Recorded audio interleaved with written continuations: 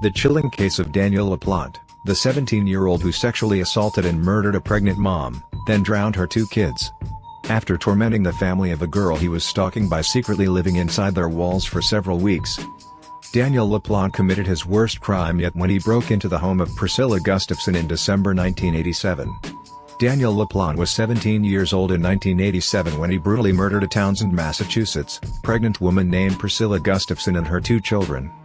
Adding to this horror was the shocking incident from the year before, of LaPlante terrorizing another family by living within the walls of their home. LaPlante, a notorious local burglar, had carefully initiated a reign of psychological terror throughout Townsend and its surrounding neighborhoods.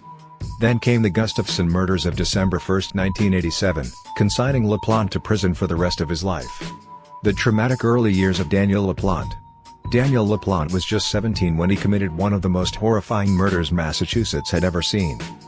Daniel LaPlante was born on May 15, 1970, in Townsend, Massachusetts.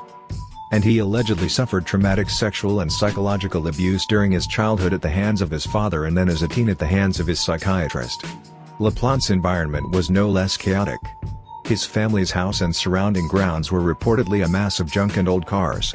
LaPlante attended St. Bernard's High School in Fitchburg, where he was described by students and faculty as a loner and not particularly friendly. By the 1980s, a neighbor had grown concerned over LaPlante's many solo excursions into the woods behind his home, according to the Boston Globe. You'd see him walk out there by himself. That's the only place you would see him, the woods. Diagnosed with hyperactivity disorder by the psychiatrist who allegedly sexually abused him, LaPlante became a neighborhood thief by 15. He broke into Townsend homes during the evenings, stole occupants' valuables, and then he graduated to mind games. LaPlante began leaving things behind and moving things around in his neighbors' houses to scare them. In 1986, his mind games turned to pure terror when he became obsessed with 15-year-old Tina Bowen. They attended the same school, and LaPlante had taken her on a date over the Easter break.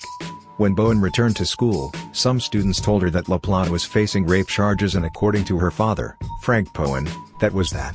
Or so he thought. Over the course of several weeks in late fall 1986, Daniel LaPlante gained entry to the Bowen home at 93 Lawrence Street, in Pepperell, near Townsend.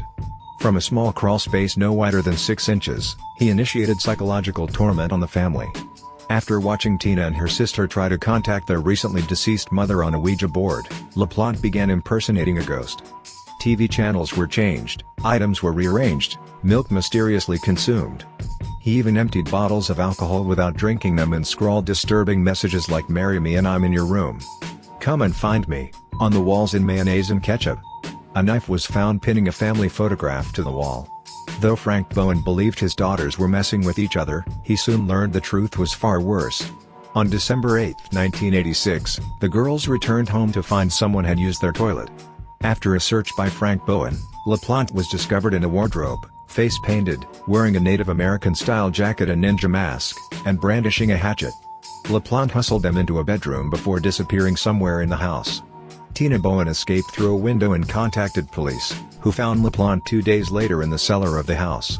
Hiding in a triangular space in a corner, bounded on 2 sides by the concrete foundation and an inner wall, LaPlante had clearly been living there for weeks.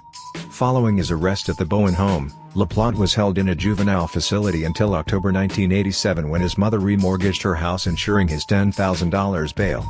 2 months later, he committed his worst crime yet. The harrowing Gustafson murders. While awaiting trial, LaPlante moved home and continued his daytime burglary spree. On October 14, 1987, he stole 2 .22 caliber firearms from a neighboring house. On November 16, 1987, LaPlante burglarized the home of the Gustafson family, which included pregnant nursery school teacher Priscilla Gustafson, her husband Andrew, and their 2 children, 5-year-old William and 7-year-old Abigail. But this wouldn't be the last time LaPlante broke into their home. On December 1, 1987, LaPlante walked through the woods separating his house from the Gustafsons armed with a .22 firearm.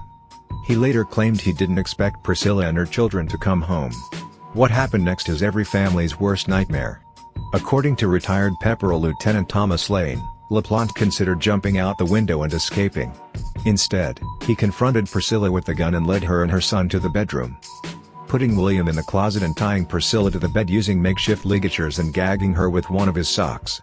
After sexually assaulting Priscilla, LaPlante shot her twice in the head. He then took William into the bathroom and drowned him.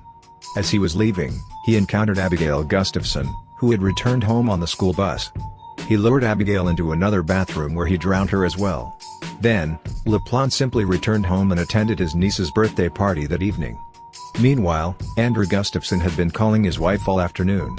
Returning to an eerily quiet house with no lights on, Gustafson feared the worst.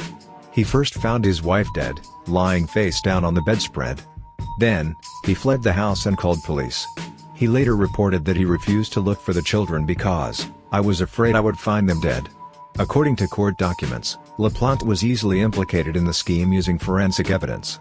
Police even found the shirt and gloves he wore to drown the children in the woods behind the Gustafson house, still wet. With the scent of the shirt, dogs tracked through the woods to within 3 to 4 feet of LaPlante's home. The evening after the Gustafson murders, LaPlante was interrogated. Lacking enough evidence to arrest him there, police planned to return the following day, but LaPlante fled and a massive manhunt ensued. After another burglary spree in Pepperell, LaPlante was found hiding in a dumpster and arrested on the evening of December 3, 1987. LaPlante went on trial for the Gustafson murders in October 1988 and a jury found him guilty of murder.